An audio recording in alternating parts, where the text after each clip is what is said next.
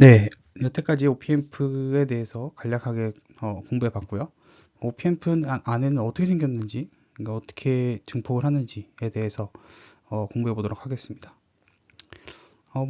저희가 그냥 곱하기처럼 전압이 들어오면 그냥 전압을 증폭해주고 이런 장비가 있으면 정말 좋겠지만, 어, 현재 OPM, 앰플리파이어를 만드는 거는 기본적으로 트랜지스터를 활용합니다. 근데 여러분들 잘 돌이켜보면요. 트랜지스터가 모스펫 같은 경우는 세츄레이션 리전에서, 그 BJT는 포워드 액티브 리전에서 그 전류가 VDS에 의해 거의 변화가 없는 리전을 봤을 겁니다. VDS 혹은 VC에 그 리전을 어떻게 보면 전류 소스라고 생각할 수도 있고요. 그래서 트랜지스터라는 것은 전류 소스를 만드는데 매우 유리한 장치입니다.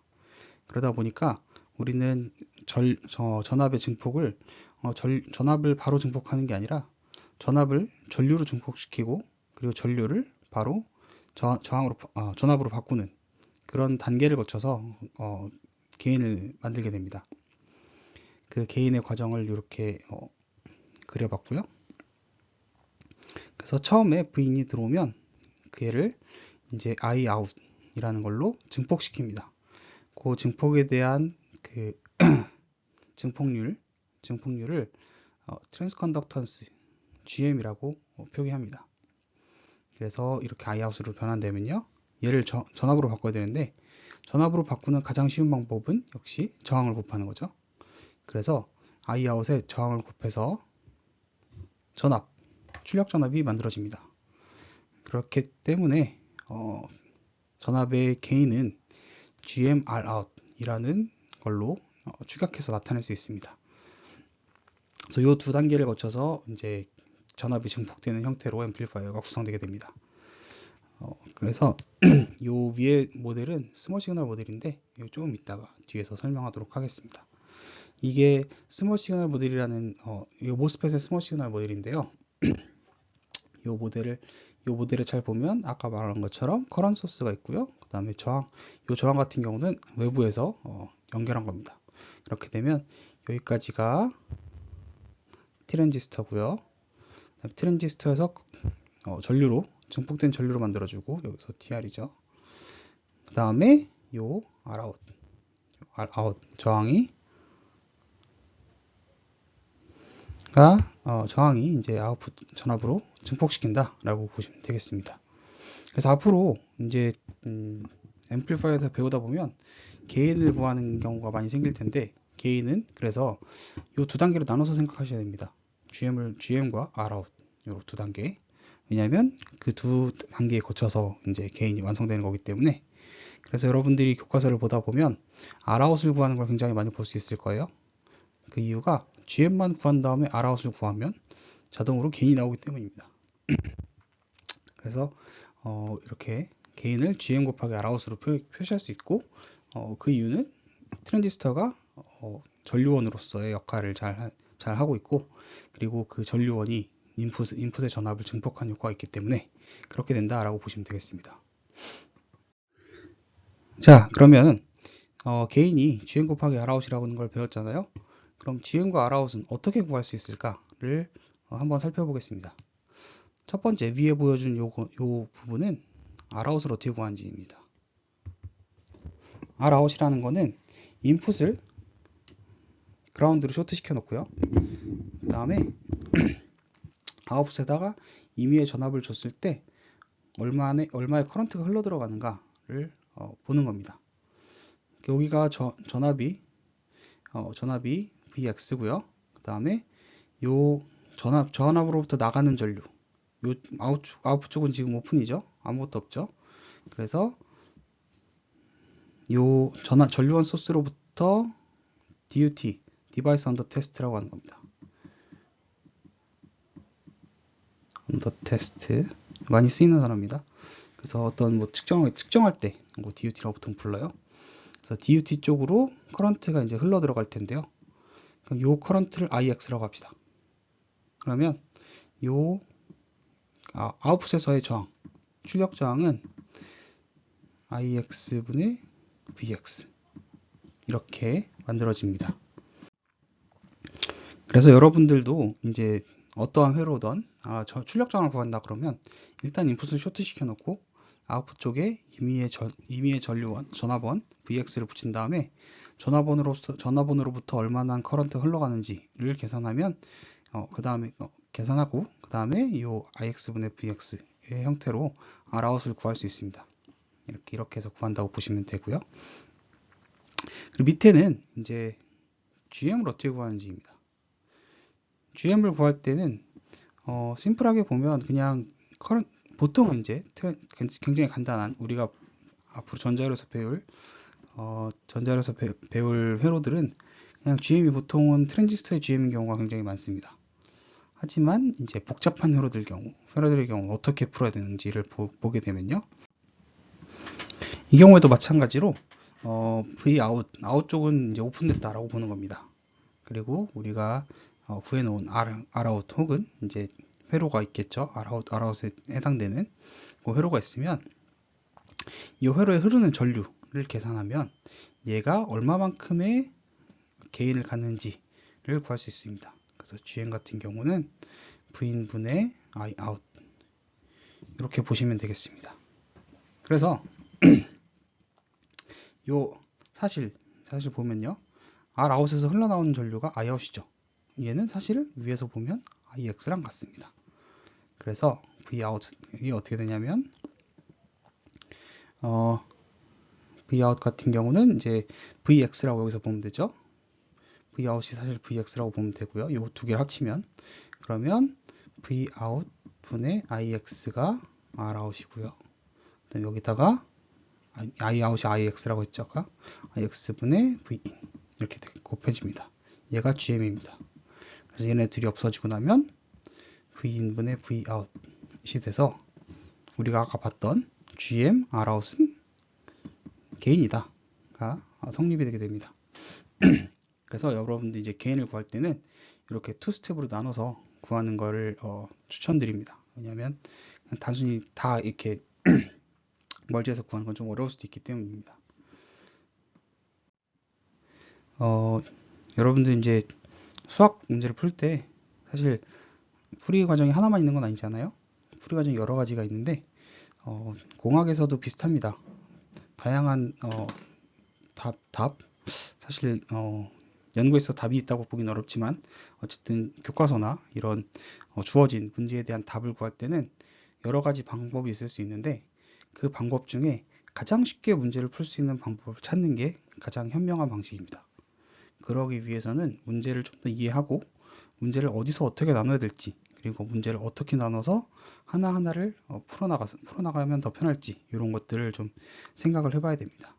그러다 보면 그 안에서 이제 새로운 어떤 문제를 나누려면 사실 문제의 본질에 대한 것을 이해해야 되거든요. 그 문제의 본질을 이해하면 문제의 해결책은 자연스럽게 떠오르기 마련입니다. 물론 뭐 해결책이 없는 문제도 있을 수 있습니다. 하지만 최선 완전히 해결할 수는 없겠지만 부분적으로라도 해결할 수 있는 방안을 찾으려면 문제의 본질을 이해해야 그래야지 우리가 할 수 있는 게 뭔지 그리고 우리가 해야 되는 게 뭔지를 파악하고 그 문제의 본질을 알고 있으면 가장 지금 생각할 수 있는 최선의 솔루션을 찾기 마련입니다. 그래서 그런 연습이 좀 필요하다라는 걸 좀 말씀드리고 싶고요. 네, 그래서 문제를 이렇게 좀 쉽게 풀 수 있게끔 분할하는 그런 능력을 조금 길러보는 걸 추천합니다. 이 과목뿐만 아니라 어떤 공학 과목에서도 적용되는 말일 수 있습니다. 자, 우리는 이제 스몰 시그널 어널리시스라는 걸 배울 겁니다. 스몰 시그널 어널리시스라는 거를 이건 어떻게 말하면 되냐면요. 사실 얘는 피스와이스 리니어다. 피스와이스 리니어 방식으로 문제를 쪼개서 푸는 방식이라고 보시면 되겠습니다. 이게 무슨 얘기냐면 기본적으로 이제 우리가 앞에서 배웠던 것처럼 그 게이트 VBE 혹은 VGS 대비 ID 혹은 IC, 얘네 커런트를 보면요, 비선형적이죠. 이런 식으로 올라가는 커런트를 볼 수 있습니다. 이 비선형성이 어떤 문제를 야기하냐면, 우리가 비선형적인 특성을 가진 문제를 마주치면은 이 답을 내기가 매우 어렵습니다.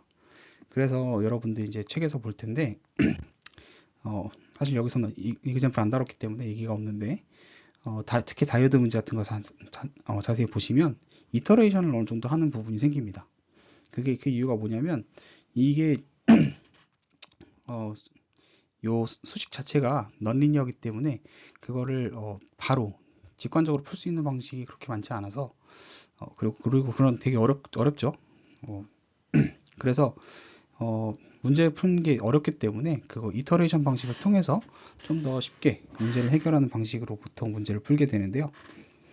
그의 일환으로 그 일환이 아니죠. 그렇기 때문에 넌리니어 문제를 리니어라이즈 하는 과정이 필요합니다. 그래서 그 과정이 요 스몰 시그널 어널리시스라고 보시면 되겠습니다. 그래서 요 그래프에서 보시는 것처럼 사실 그래프는 넌리니어인데요.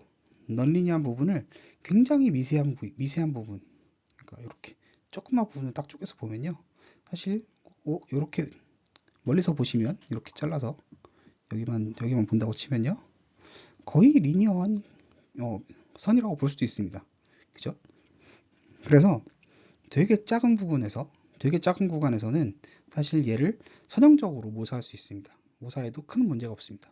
그 이유는 여기서 오른쪽에서 보이는 것처럼 원래는 요 넌리니어한 그래프를 따라가야 했으나 요 작은 구간에서는 이렇게 직선으로, 안 보이네요. 직선으로 모사한다 칩시다. 이렇게 모사하면 실제로 오차는 요만큼밖에 안 나요. 물론 이게 크냐 작냐에 대해서는 이제 왈가왈부할 수 있지만, 기본적으로 스몰 시그널 어널리시스를 할 때 이 오차는 내가 톨러러블한 오차 범위 내로 설정하는 게 기본입니다. 그래서 이제 그래서 이렇게 요 되게 조그만한 구간에서 선형적으로 모델링을 해도 사실 큰 문제가 안 생긴다, 큰 오차가 없다라는 게 이 스몰 시그널 어널리시스의 본질적인 핵심이다 라고 보시면 되겠습니다. 그래서 요 넌리니어한 것들을 다 하나하나 요 넌리니어한 것들을 하나하나 쪼개서 이렇게 볼 수 있다 라는 게 피스와이스 리니어의 개념입니다.